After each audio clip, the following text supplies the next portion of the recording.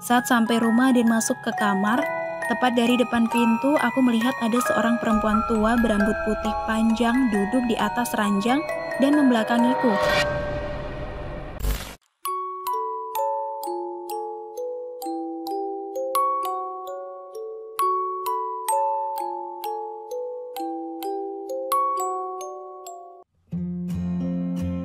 Teror santet, rasa yang membawa petaka.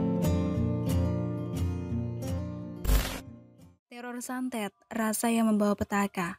Apa yang dijelaskan di cerita ini semuanya adalah benar dan berdasarkan dari kisah nyata.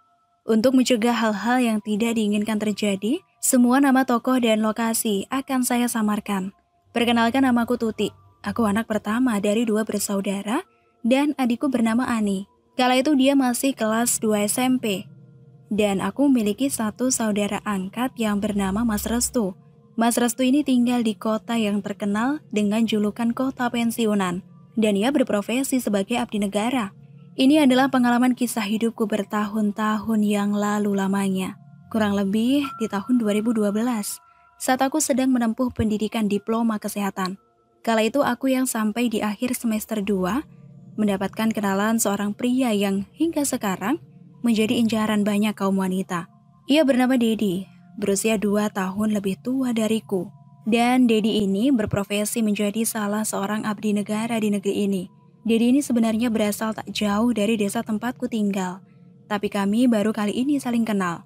Dan Dedi sekarang ditempatkan tugas di luar kota yang cukup jauh dari kota tempat tinggalku kala itu. Kami memakan waktu sedikit lama untuk saling mengenal. Sampai akhirnya kami berpacaran saat aku masih di semester ketiga kuliahku.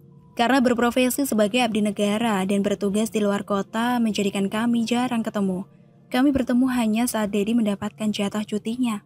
Tiba saatnya Dedi cuti dan kami berdua bertemu. Ya, layaknya sepasang pemuda yang kasmaran karena belum lama pacaran, kami menghabiskan banyak waktu dengan bepergian atau sekedar makan bareng. Di akhir masa cutinya, si Dedi ini main ke rumahku dengan maksud berkenalan dengan keluargaku terkhusus bapak dan ibuku. Dedi banyak ngobrol dengan bapak tentang banyak hal. Salah satunya tentang profesinya sebagai abdi negara. Setelahnya semuanya berjalan normal seperti biasanya. Hingga di suatu hari bapak tanya tentang hubunganku dengan Dedi. Dalam obrolan ini ada 2 hal yang membuatku terkejut. Yang pertama, bapak memberitahuku jika bapak sebenarnya kurang setuju dengan hubungan ini. Dan yang kedua, ternyata bapak sudah mengenal keluarga dari Dedi. Bapak mengenal bapaknya Dedi sejak lama. Bapaknya Dedi sebut saja Pak Yanto.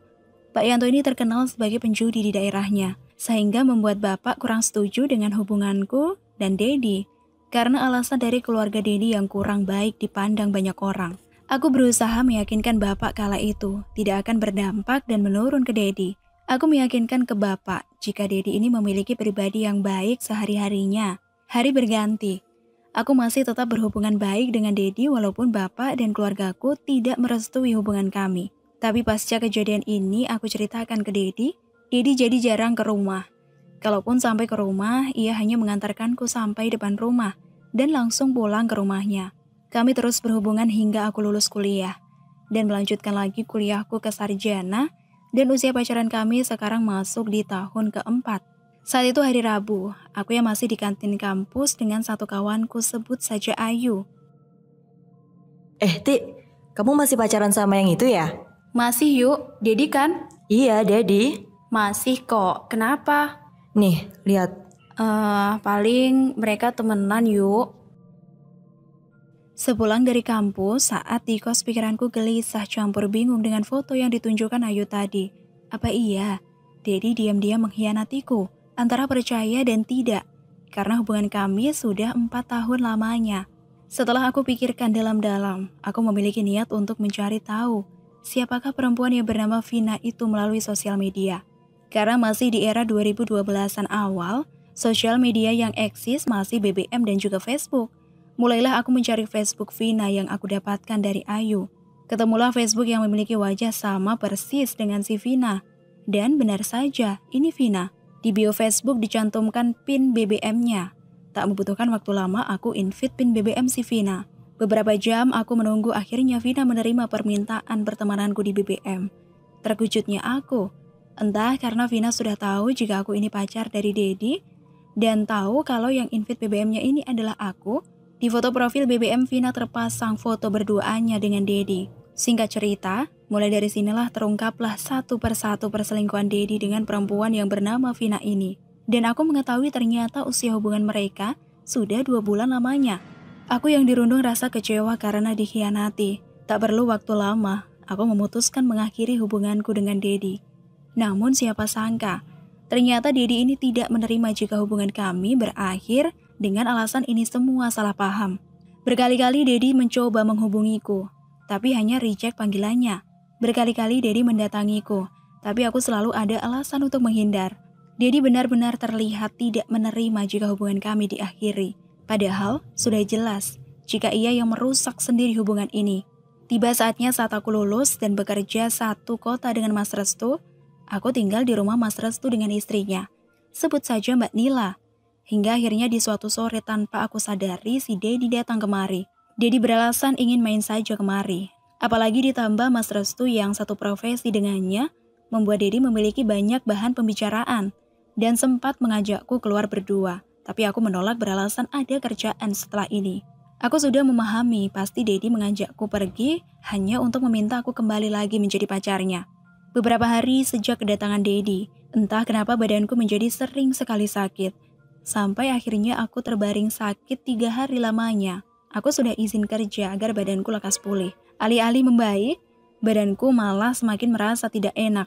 Untuk makan saja muntah lagi. Hingga akhirnya ibu dan adikku Ani menjemputku ke rumah Mas Restu untuk mengantarkanku berobat di dekat rumahku.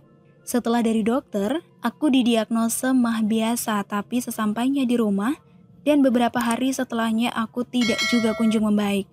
Malah demam tinggi lagi hingga 2 hari. Ibu yang khawatir akhirnya membawaku ke rumah sakit dan aku dinyatakan sakit tipes. Setelah sembuh dan membaik, aku kembali lagi ke rumah Mas Restu dan melanjutkan aktivitasku di sana. Aku bekerja seperti biasa dan tidur di rumah Mas Restu. Hingga tiba di suatu malam saat aku hendak tidur dan lampu kamar sudah mati semuanya, tiba-tiba aku mendengar ada sesuatu yang terjatuh di atap rumah. Aku berpikiran mungkin itu ranting atau kucing yang bermain di atas sana. Tak lama dari itu, aku terdengar ada yang mengetuk pintu kamarku secara pelan dan lembut tanpa disertai suara panggilan seperti biasanya Mas Restu atau Mbak Nila saat mengetuk pintu kamarku. Aku lihat jam.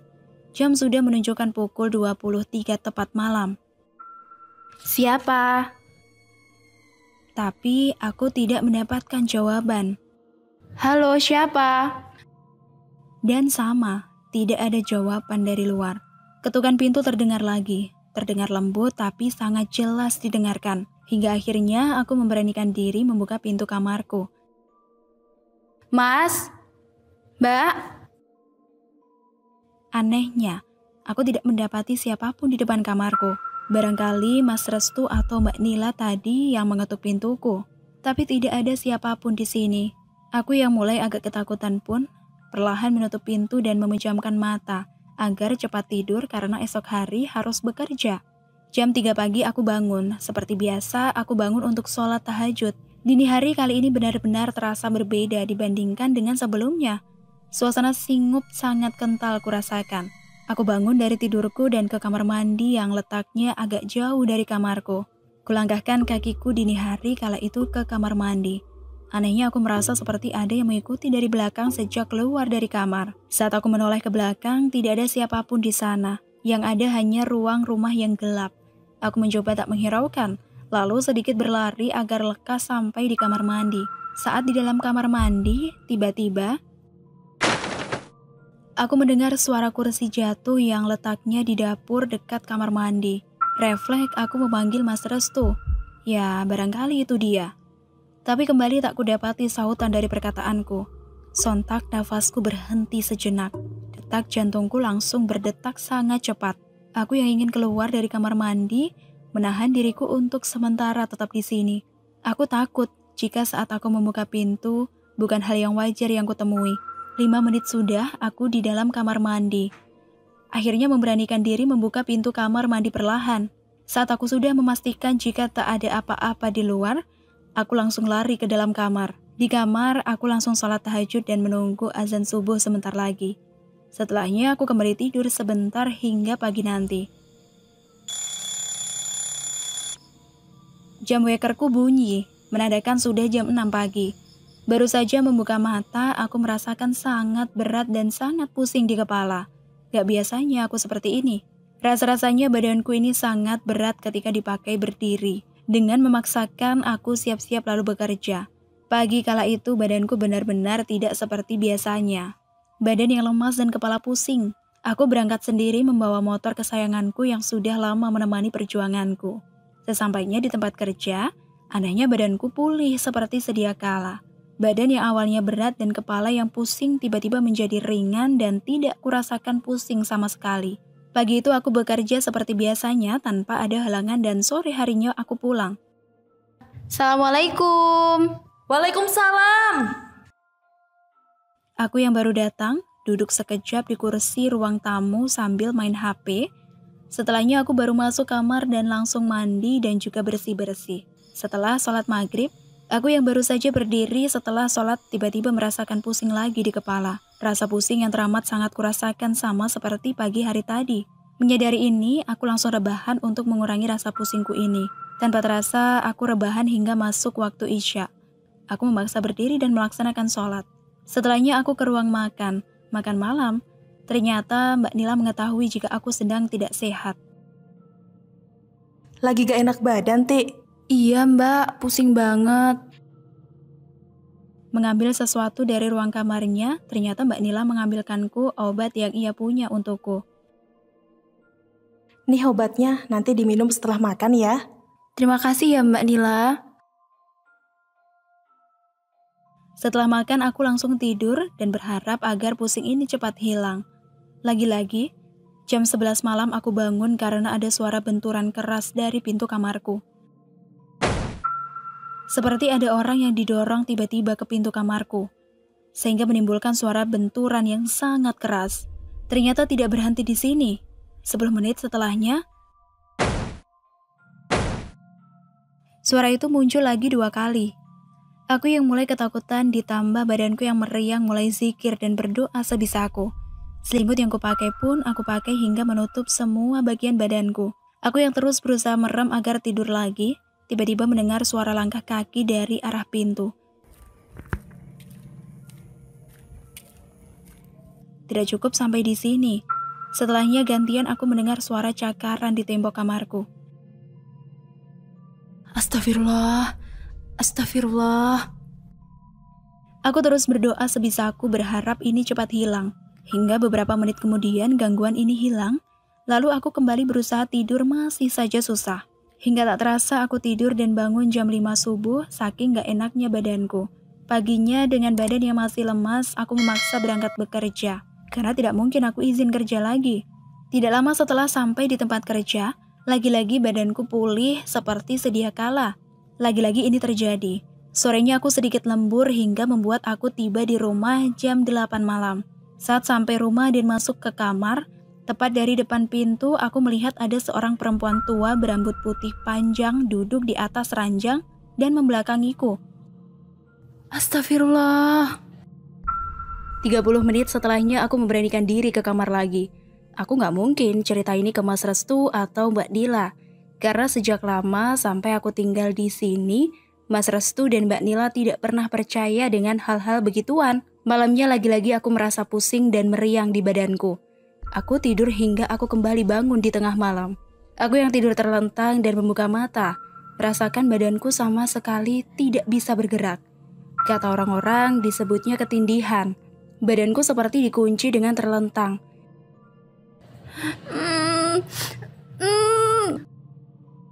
Inginku teriak minta tolong tapi mulut untuk sekedar dibuka saja tidak bisa.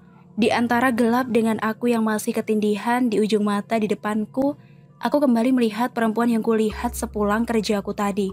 Kali ini, sosok perempuan itu melihat dan menatapku dengan mata yang tajam. Seakan-akan perempuan ini menyimpan dendam kepadaku. Aku yang melihatnya dengan memakai pakaian putih lusuh, dengan wajah rusak dan rambut putihnya membuatku ketakutan luar biasa. Aku berusaha merem agar tidak melihatnya. Berkali-kali aku membuka mata dan masih melihat perempuan itu ada di ujung ranjang depanku. Hingga tanpa aku menyadari, saat aku merem dan membuka mata lagi, perempuan ini hilang dan badanku sudah bisa lagi digerakkan.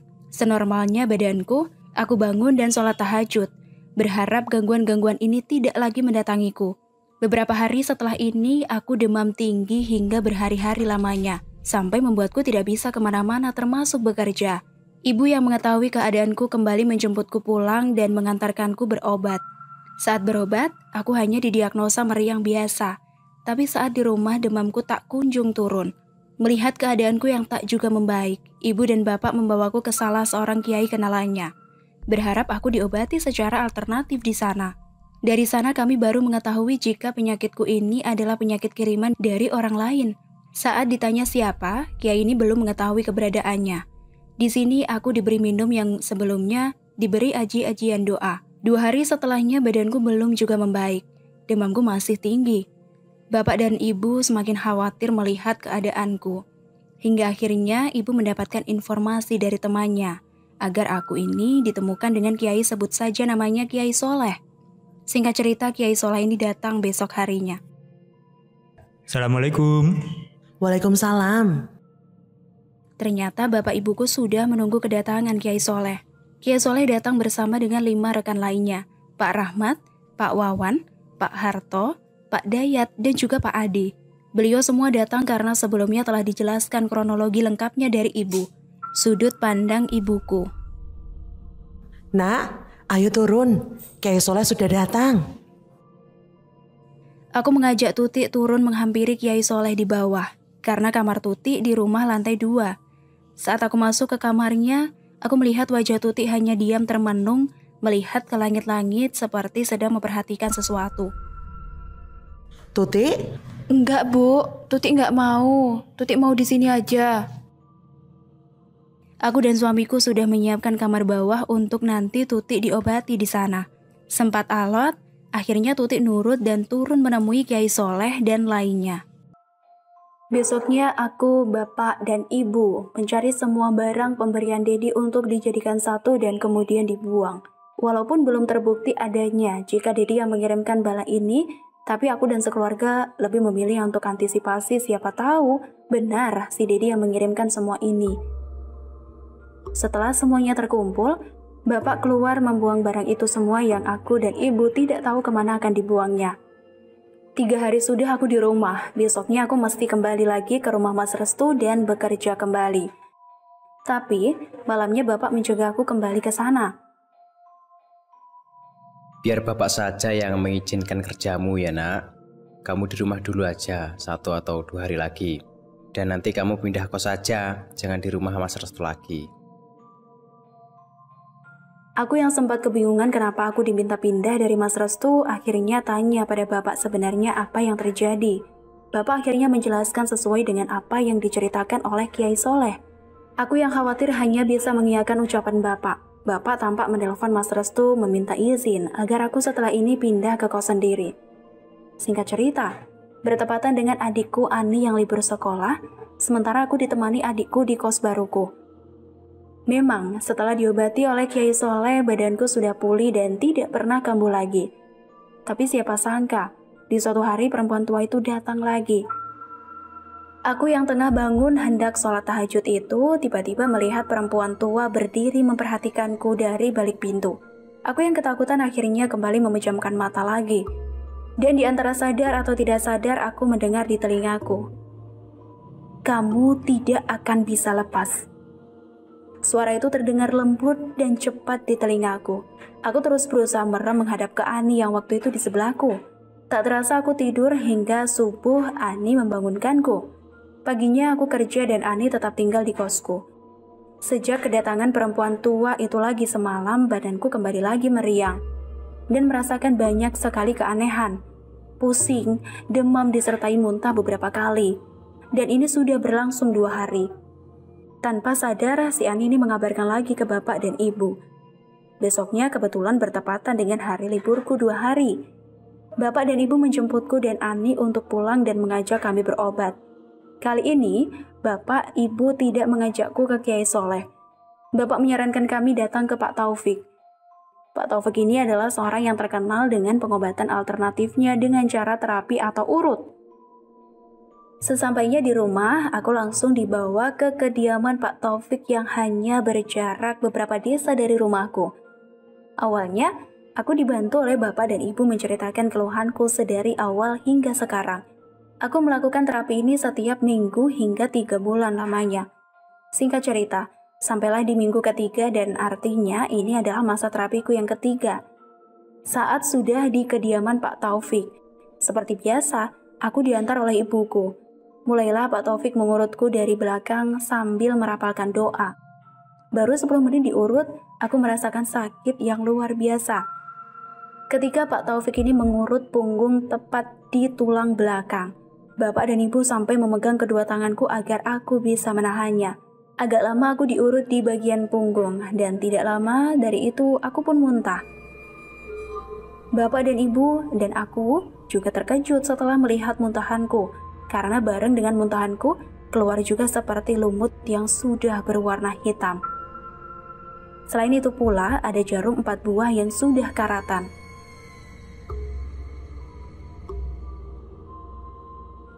Astagfirullah. Ini apa, Pak Taufik? Iya, Bu. Ini adalah kiriman dari orang yang tidak menyukai Tutik, Bu. Sebentar, saya selesaikan dulu ya. Hampir 10 menit Pak Taufik kembali mengurutku, dan aku hanya merasa sakit di punggung dan sangat merasa mual di perutku. Saat Pak Taufik selesai, perlahan rasa sakitku pun menghilang. Apa Mbak Tutik punya masa lalu yang belum lama ini disakiti? Punya, Pak. Ini yang ngirim dari masa lalunya Mbak Tutik itu. Dia ini tidak terima kalau Mbak Tutik bisa bahagia tanpanya. Pengirimnya ini hanya menanam balaknya di rumah Mas Restu. Sekarang insya Allah Mbak Tutik sudah aman. Kurang ajar kamu, Nak Dedi. Sudah, Bu. Yang penting Mbak Tutik sekarang sudah aman. Biar yang di atas yang membalas semua ini. Di sini Pak Taufik juga membakar lumut hitam dan 4 jarum di badanku tadi. Semuanya dibakar dan terbakar tanpa meninggalkan sisa. Alhamdulillah setelah dari Pak Taufik, badanku kembali pulih dan tidak lagi mengalami hal-hal seperti sebelumnya. Dan tak lama dari sini, aku memutuskan untuk resign dari pekerjaanku dan kembali pulang untuk tinggal dengan orang tua dan juga adikku.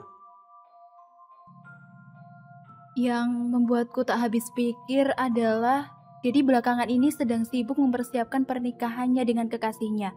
Kok masih sempat-sempatnya mengirimkan hal semacam ini kepadaku?